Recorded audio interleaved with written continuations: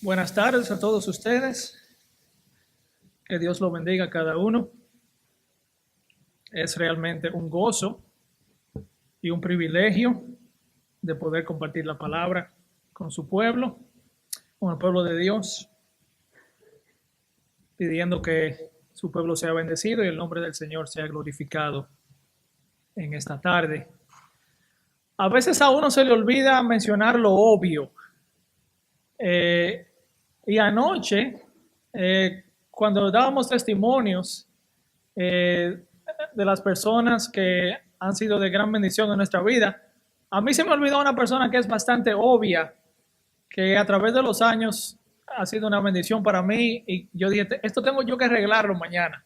Y es mi hermana Hortensia, que en todos estos años realmente ha sido como una segunda madre para mí.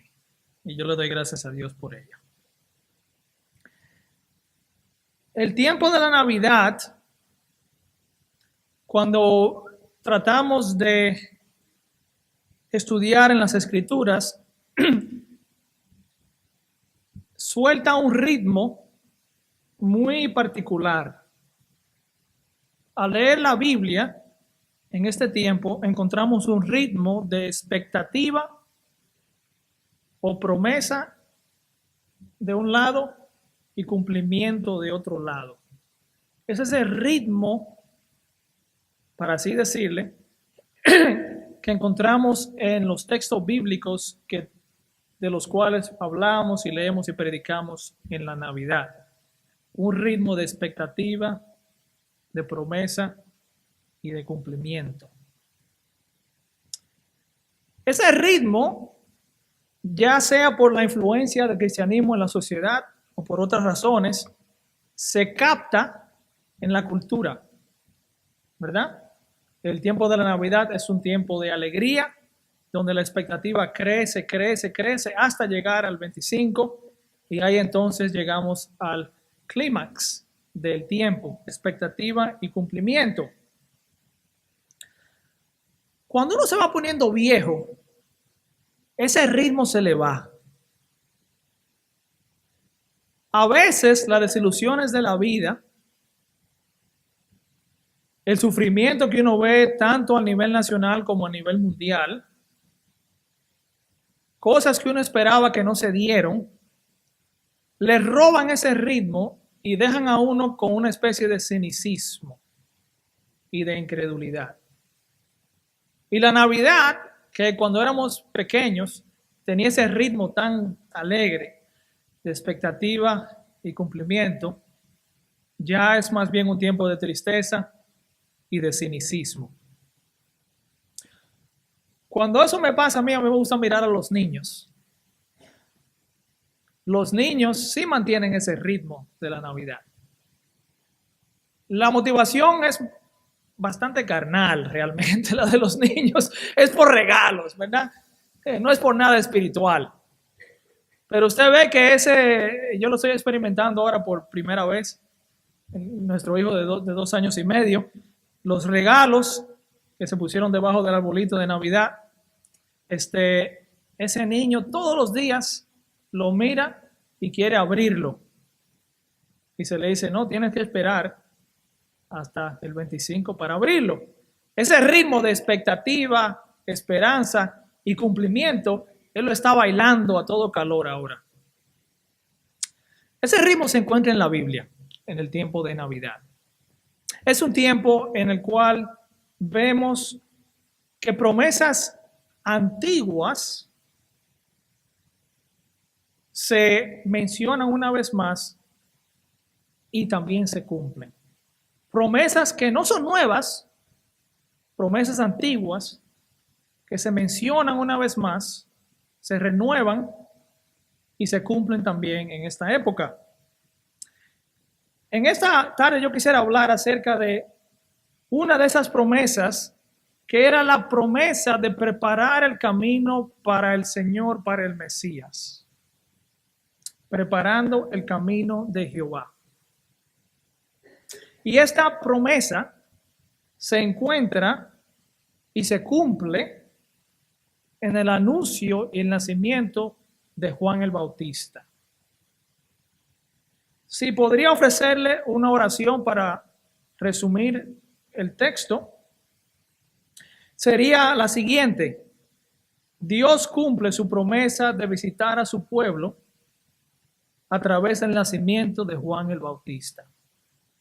Dios cumple su promesa de visitar a su pueblo a través del nacimiento de Juan el Bautista. Hay varios puntos en este pasaje que hemos leído, leímos varios pasajes, pero el último, el de Lucas, que nos hablan acerca de este cumplimiento de el Señor.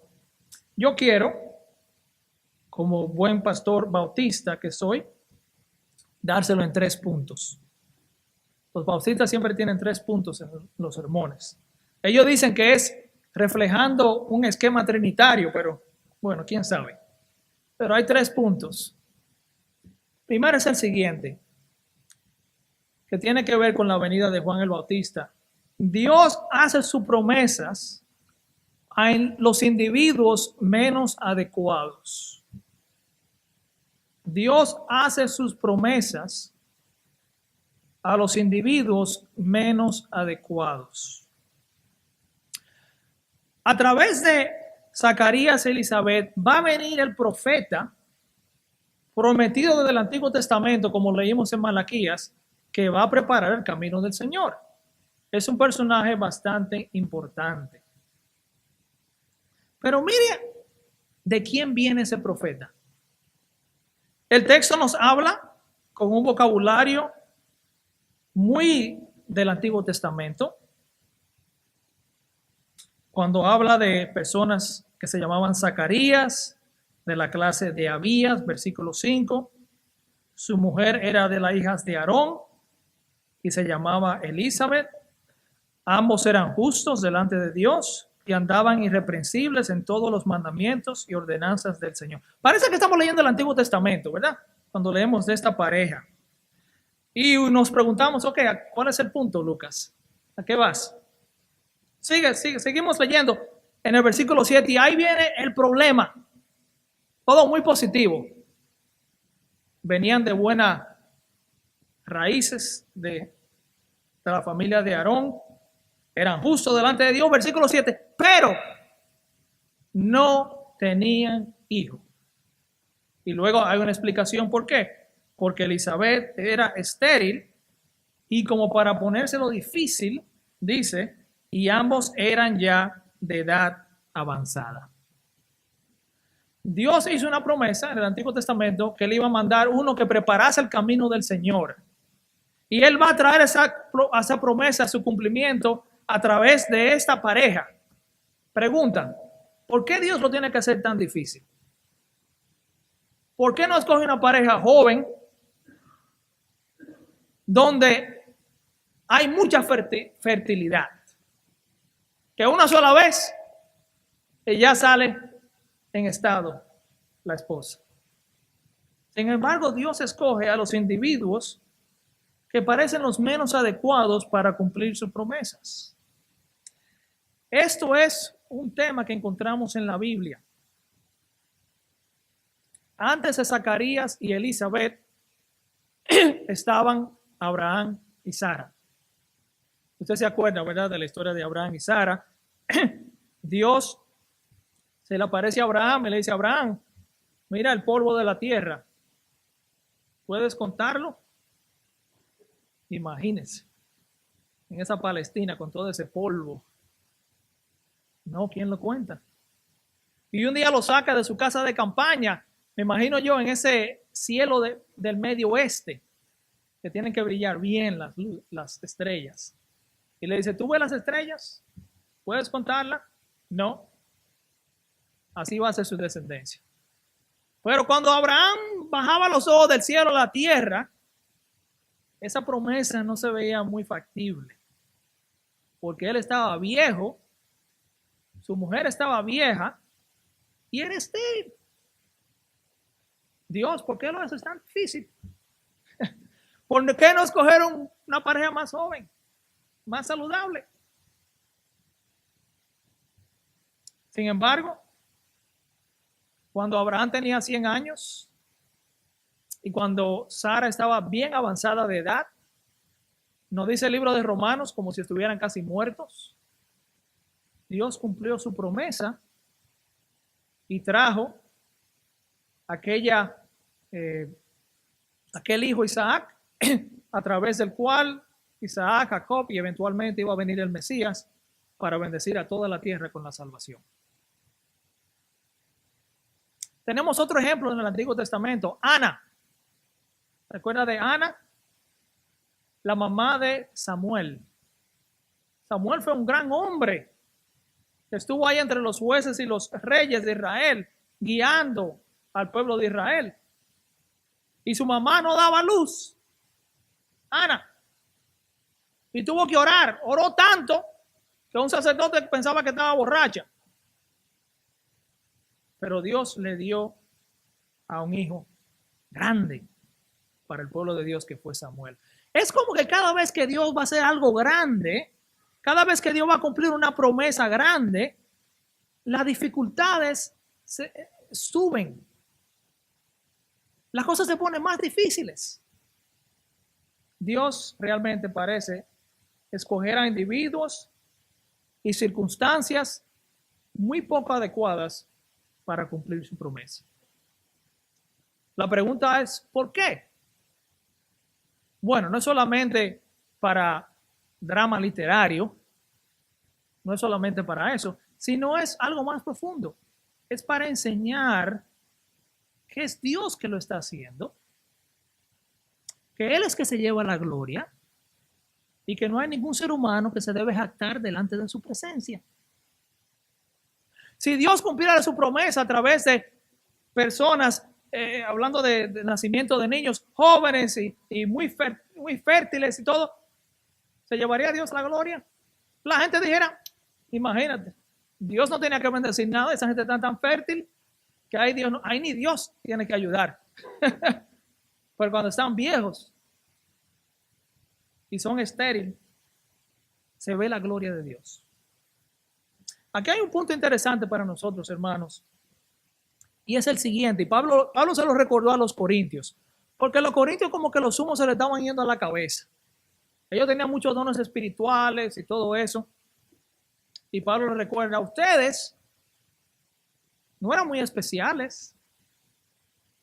Ustedes no tenían un gran estatus social, pero Dios le cogió a ustedes para avergonzar al mundo, para que nadie se jacte en sí mismo, sino que todos nos jactemos en el Señor. Déjame hacer una pregunta. Usted que es creyente y sirve aquí en la Iglesia Hispana de Boca Ratón, ¿se siente usted que la Iglesia Hispana de Boca Ratón es muy dichosa tenerlo usted o tenerla usted? Mira, cuando Dios me salvó a mí para la Iglesia Hispana de Boca Ratón, ahí no solamente me salvó a mí, ahí salvó a la iglesia también. ¿Qué sería de la Iglesia Hispana de Boca Ratón si yo no estuviera ahí? Esa es una tentación especialmente a la gente que da mucho. ¿Ok? Es bueno, siga dando. Pero hay gente, yo lo he visto, que te desafían como pastor. ¿Cuál es la palabra en español? Threaten. Te amenazan, gracias. Si no hacen esto, así, yo me voy. Y conmigo se ve el dinero. Y si se ve el dinero, búsquenselo ustedes por ahí. En su soberbia se olvidan que Dios cumple su promesa a través de lo débil, tal vez lo que no tiene mucha educación, aquella que se cree, como dijo Silvia anoche, cuando le dijeron que enseñaron el estudio bíblico, yo no puedo. Dios utiliza gente así para que Él se lleve la gloria.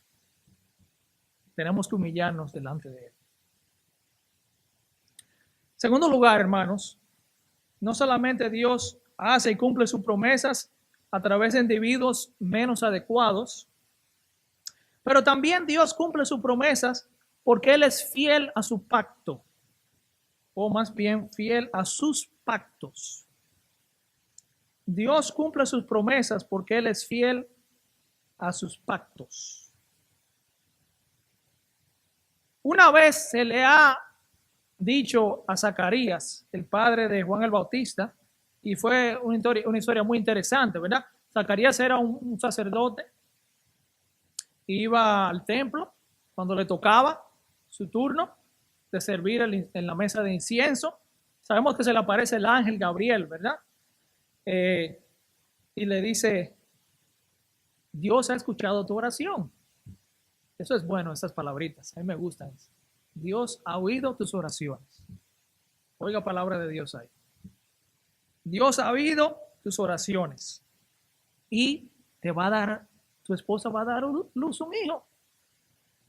Pero Zacarías, a pesar de que se le presenta a Gabriel, no lo cree.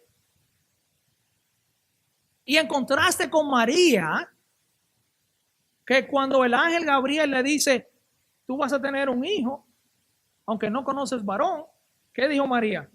Hágase como Dios quiera, aquí está su sierva. Eso es un paráfrasis. ¿Cuál es la respuesta de Zacarías en contraste con María? Zacarías dice, ¿en qué conoceré esto? Porque yo soy viejo y mi mujer es de edad avanzada. Quería una señal, Zacarías. Zacarías, pero mira el ángel, eso no es suficiente señal para ti. Entonces hay un contraste. El sacerdote, el hombre, que es supuestamente el poderoso, el líder de la casa, el que tiene la fe, se demuestra siendo el incrédulo, y la mujer, la sierva, la pobre María, es la que termina teniendo más fe. Qué interesante. Y queda mudo Zacarías. Dios se enoja a veces y nos deja caer su ira. Pero por no creer, no lo va a poder anunciar a nadie que vas a tener un hijo. ¿Usted se imagina? Tantos años esperando un hijo y cuando te dan la noticia, oh, no, ahí no puede decir nada. Para que no sea incrédulo.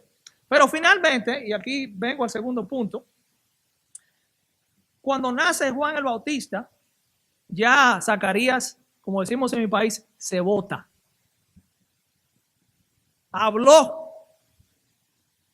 Dice en el versículo 67 del capítulo 1, búsquelo por favor.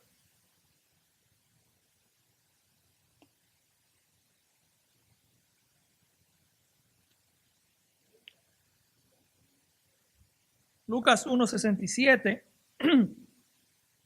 que entonces Zacarías, su padre, fue lleno del Espíritu Santo.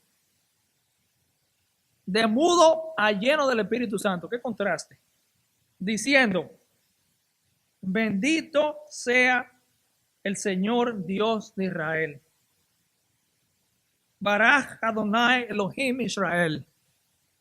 Es una oración, una alabanza que viene directamente del Antiguo Testamento. Baraj Adonai Elohim Israel. Bendito el Señor Dios de Israel. Y mire cómo, a través de qué anteojos ve Zacarías el nacimiento de Juan el Bautista. Versículo 68. Bendito el Señor Dios de Israel, que ha visitado y redimido a su pueblo, y nos levantó un poderoso Salvador en la casa de David, su siervo, como habló por boca de su santo profeta, que fueron desde el principio, salvación de nuestros enemigos y de la mano de todos los que nos aborrecen, para hacer misericordia con nuestro Padre y acordarse de ¿qué? De su santo pacto, del juramento que hizo Abraham, nuestro Padre, que nos había de conceder. ¿Sabe cómo lo ve todo? Zacarías lo ve todo a través de las Escrituras. Dice, el nacimiento de mi hijo, Juan el Bautista, aquel que va a preparar el camino para el Señor, para el Mesías, es un cumplimiento de su Escritura. Se cumple porque Dios siempre es fiel a sus promesas. ¿Ok? ¿Hace cuántos siglos le había dado Dios esa promesa a Abraham y a David? Oiga, eso eran siglos atrás. Siglos atrás. Y el pueblo de Israel había pasado mucho. Había pasado de ser una pequeña tribu de 12 hijos ahí que no sabían ni lo que estaban haciendo, 12 locos, ¿verdad? A un pueblo en cautiverio en Egipto, a venir a la tierra prometida, que después se lo llevaran a Babilonia, al sur y a Siria, el norte, a que luego regresaran. Había pasado mucho y muchos siglos y no se habían cumplido esas cosas, esa promesa del Señor. Pero tarde o temprano, Dios siempre cumple sus promesas. El nacimiento de Juan el Bautista, que nos recuerda ese ritmo que tenemos en la Navidad, nos recuerda que Dios siempre cumple sus promesas. Confía en Él. Alguna de esas promesas, Él la va a cumplir ahora. Todo aquel que clame en el nombre del Señor será salvo. Cree en el Señor Jesucristo y serás salvo tú y tu familia. Claro, si tu familia cree, ¿verdad? Todas esas promesas, Dios las cumple ahora. El que ha recibido a Cristo, ha recibido el Espíritu Santo. Y eso está aquí. Hay promesas que todavía no se han cumplido. Y eso nos lleva al tercer punto. Pero recuerde esto antes de movernos al tercer punto, que es que estas promesas del nacimiento de Juan el Bautista, del nacimiento del Señor Jesús, el tiempo de la salvación del Mesías, es porque Dios hizo un pacto con su pueblo y Dios siempre es fiel a sus pactos. Es diferente a nosotros, ¿verdad? Nosotros a veces hacemos pacto y se nos olvida. O hacemos un pacto para salir de un momento difícil. ¿Cuántos presos en la cárcel le dicen, Dios, si me saca de aquí, olvídate, yo te voy a servir fielmente? Y cuando salen de la cárcel, ¿dónde está la fiesta? Se le olvida. Pero Dios nunca se le olvida su pacto. Él siempre es fiel a su promesa. ¿Por qué? Porque esa es su naturaleza, hermanos. Él es Gesed, Él es fiel. Confía en Él. Aunque la oración que usted está haciendo todavía no se le haya cumplido. Confíe, continúe confiando en Él. Y eso nos lleva al último punto, que es el nacimiento de Juan el Bautista. Y es el siguiente. En el nacimiento de Juan el Bautista, las promesas de Dios son ya y todavía. Déjame repetir eso. En el nacimiento de Juan el Bautista, las promesas de Dios son ya y todavía. Ok. A mis estudiantes en el seminario, yo les enseño algunas frases que yo quiero que se le queden para el resto de su vida. Okay. Le voy a dar una a ustedes para que se acuerden y no se lo olviden porque es muy importante. El vocabulario es un poco difícil, pero es así. El escatológico ya y todavía. Okay. Anótelo, piénselo. El escatológico ya y todavía. Bueno, yo vine a la iglesia hispana de Boca Ratón, yo no sé qué lenguaje es ese. No es hispano. El escatológico ya y todavía es lo siguiente, hermano. En la Biblia, y lo vemos aquí ilustrado en el nacimiento de Juan el Bautista, cuando Dios viene en su salvación escatológica, es decir, su salvación de los tiempos finales. Y acuérdense que los tiempos finales, el día de Jehová, el Yom Adonai, el día de Jehová, comienza con el adviento del Señor Jesucristo. Estamos en los días finales ya. Son largos días, ¿verdad? Y eso es lo que se entiende como la salvación escatológica. La salvación que Dios prometió en el Antiguo Testamento que se iban a cumplir en los últimos días. Y esa salvación son ya y todavía. Permítame explicar. Hay muchas promesas de la salvación escatológica de Dios que ya se cumplen. En el caso de Juan el Bautista, yo quiero que usted mire a los versículos 76 al 79. 76 y 79. Al 79, disculpe. Aquí Juan el Bautista ahora se enfoca en su hijo y le dice, y tú, niño, profeta del Altísimo serás llamado, porque irás delante de la presencia del Señor para preparar sus caminos. Eso se cumplió, ¿verdad? Juan el Bautista salió al Jordán a bautizar, preparando el camino. Eso se cumplió, eso es un ya. Para dar conocimiento de salvación a su pueblo, para perdón de pecados. ¿Qué hacía la gente cuando venía donde Juan el Bautista? ¿Qué era lo que hacía? Confesaban sus pecados, etcétera, etcétera. Pero mire los versículos 71 al 74.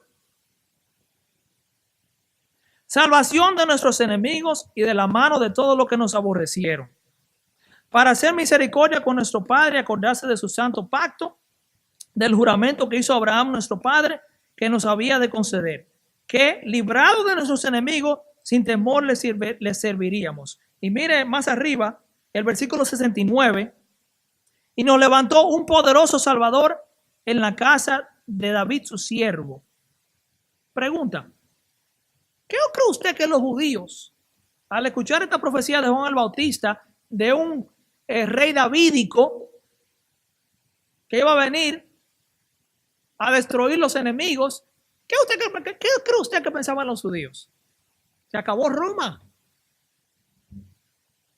Se acabó Roma.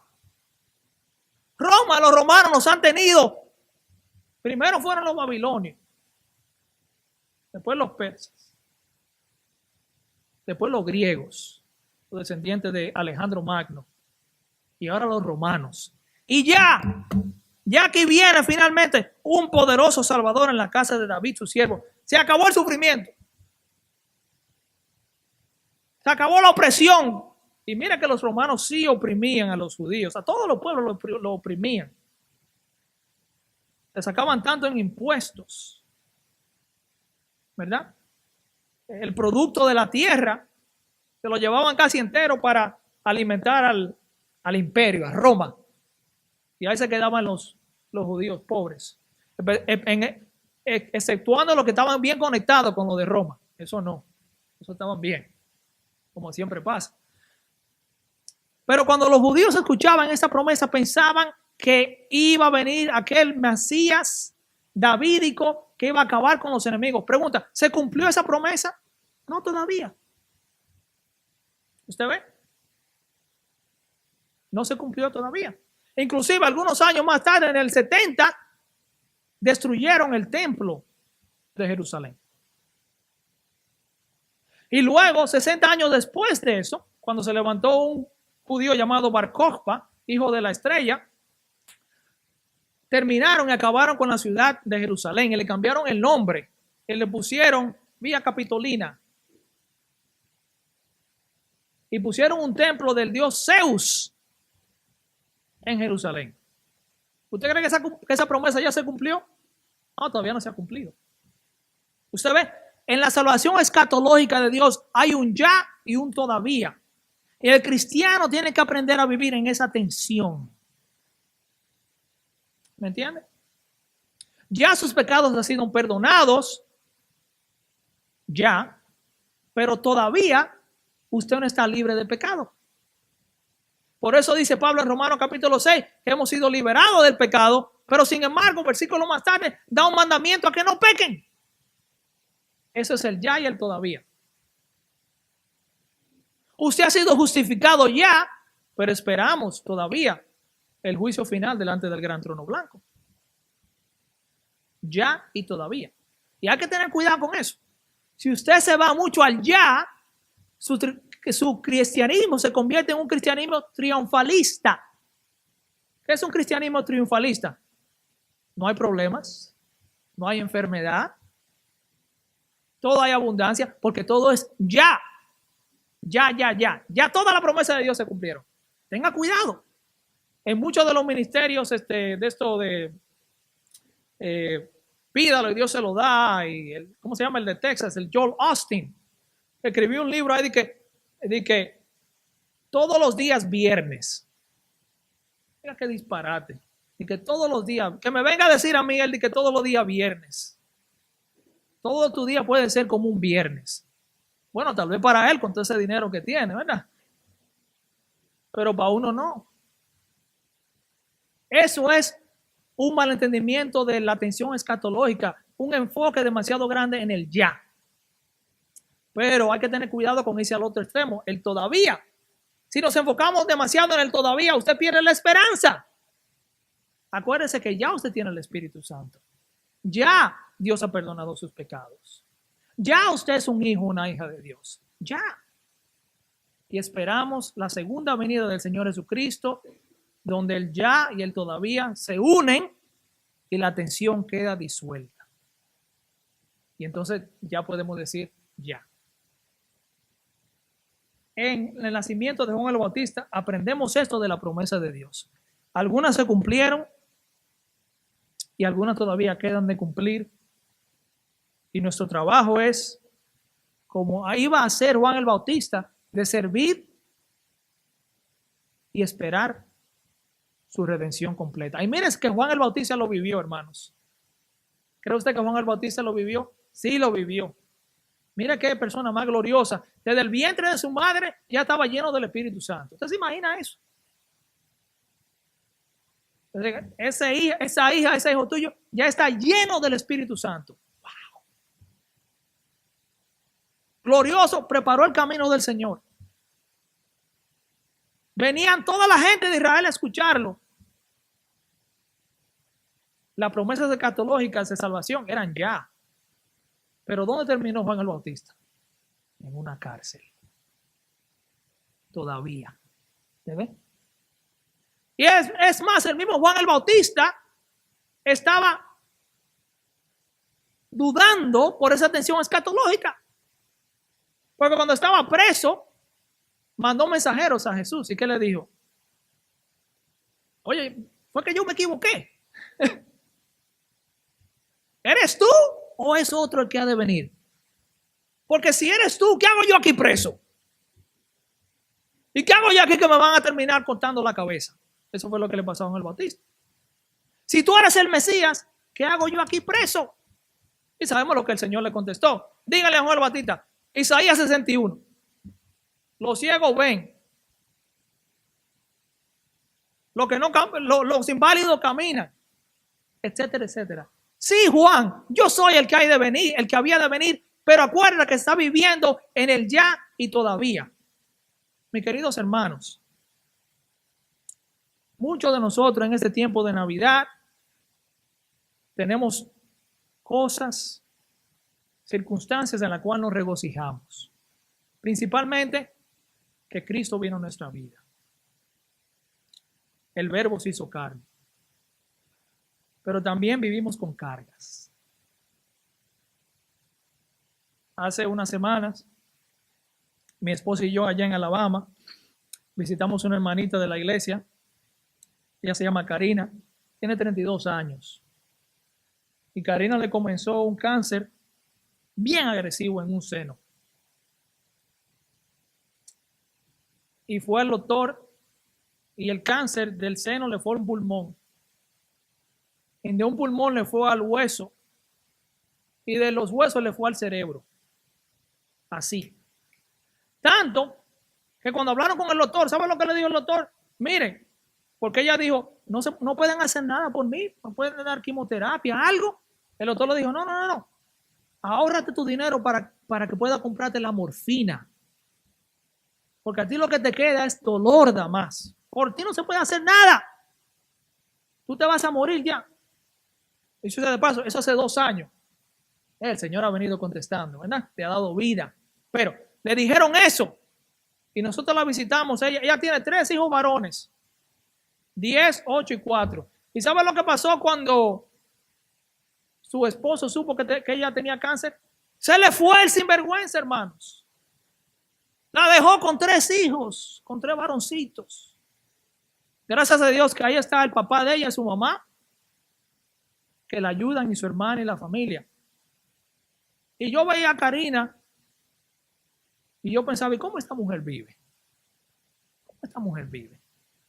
Y tosía, cada rato tosía. ¿Y sabe lo que ella nos dijo a nosotros, hermano? Nos dijo, si no fuera por esta enfermedad, yo nunca me hubiera acercado al Señor. Así que en vez de renegar, yo le doy gracias a Dios. Y estoy agradecido con Él.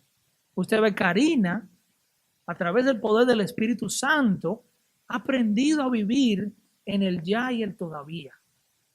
Ha aprendido, como dice Pablo en Filipenses capítulo 4, he aprendido a contentarme cualquiera que sea mi situación.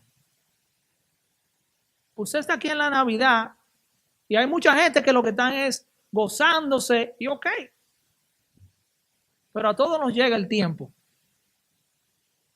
sea crisis económica, física, la muerte de un ser querido, en que las cosas no se ponen fácil. Y es en ese tiempo, mis queridos hermanos y amigos, que tenemos que aferrarnos a la promesa del Señor, que Él es bueno y que aunque como Abraham, que miraba las estrellas y luego miraba la tierra y se veía de 100 años y a Sara de 90, sin embargo, no perdió la fe. Siguió caminando por la gracia del Señor. Yo le animo, hermanos, continúe siendo fiel al Señor. Dice Pablo que lo que hemos de ser todavía ni siquiera ha bajado a la mente del hombre. Pablo dice en 2 de Corintios, perdona que me he pasado un poco el tiempo, pero Pablo dice que él fue al tercer cielo. No dijo yo, porque Pablo era un hombre humilde, ¿verdad? No es como los televangelistas que dicen, no, yo tuve una visión. Pablo dice, conozco un hombre, ¿sí? ¿Verdad? Pero Pablo subió al tercer cielo y dice que allá vio cosas que no puede ni siquiera decir. Es tan glorioso lo que vio allá arriba con el Señor. Esa es nuestra esperanza, hermanos. Que el que comenzó la buena obra la va a terminar. Que el ya y el todavía se disuelven un día y entonces todo va a ser ya. Eso es lo que Cristo te ofrece, por su gracia, por su misericordia. Si hay alguien aquí en esta tarde que nunca le ha dado su vida a Cristo, sin Cristo no tienes nada. Todo es un todavía que nunca llega. Un todavía que nunca llega. Es más, un todavía que se pone peor. Porque aquí, en la tierra, el amor de Dios está aquí. Y tienes esperanza. Pero cuando ya mueras, si no estás con Cristo y te vas al infierno, ahí ya sí no. Ahí es un todavía que nunca va a llegar. Pero Cristo hoy día tiene misericordia de ti. Te extiende sus manos para que tú te arrepientas. Tú dices, ¿de qué me tengo que arrepentir? ¿Adoras a Dios en tu vida? ¿Es Dios el número uno en tu vida? Eso es lo que Dios quiere saber. ¿Tú lo adoras como Él se merece que le adoren? ¿Tú lo amas sobre todas las cosas? Si no, aunque haya sido un buen padre, una buena madre, que no haya robado, todas esas excusas que uno usa, si no le adoras, si no le amas con toda tu mente, con todas tus fuerzas, tu alma, tu corazón, no lo conoces. Tienes que arrepentirte y entregarte a Él. Quebrantado, y Él te recibe, te lava, te limpia, te da el Espíritu Santo.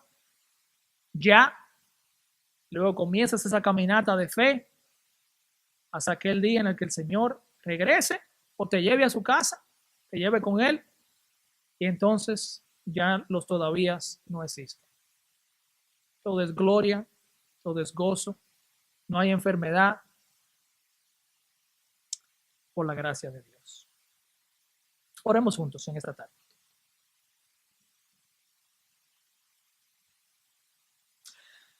Padre Celestial, gracias que en ese tiempo de Navidad el Verbo se hizo carne y habitó entre nosotros. Y vimos su gloria, gloria como la del unigénito Hijo de Dios.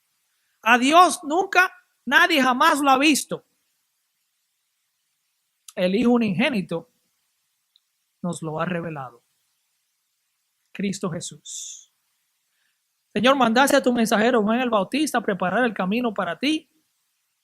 Viniste a esta tierra miserable,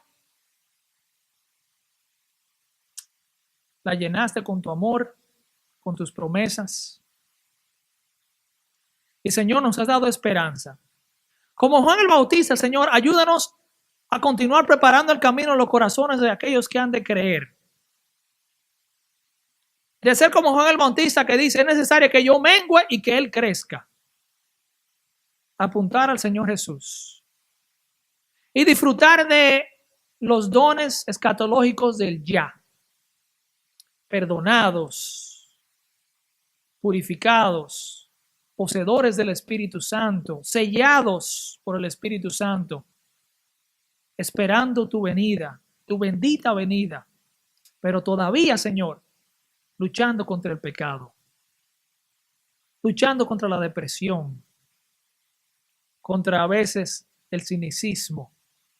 Danos fortaleza, Padre, para serte fiel en ese tiempo que estamos aquí.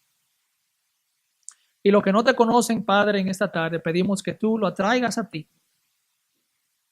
para que ellos traigan su vida a Jesucristo y nazcan de nuevo a una esperanza viva, incorruptible, preparada y reservada en los cielos para nosotros, que somos tuyos, pero que sin embargo prueba nuestra fe mucho más preciosa que el oro para la gloria tuya. Te damos la gracia, Padre, en esta tarde pedimos por tu pueblo aquí presente. Pedimos que nos bendigas. Algunos están alegres y otros estamos tristes. Y a veces como que tenemos que poner cara de que estamos alegres, porque así está todo el mundo ahora. Señor, ayúdanos a ser como estamos. Pero sin embargo experimentar tu paz y tu gozo interno en Cristo Jesús. Te damos las gracias, Padre. En el nombre de Jesús. Amén. Pongámonos por favor de pie para recibir la bendición del libro de Hebreos. Póngase de pie, por favor, para despedirnos de este tiempo de alabanza, de adoración.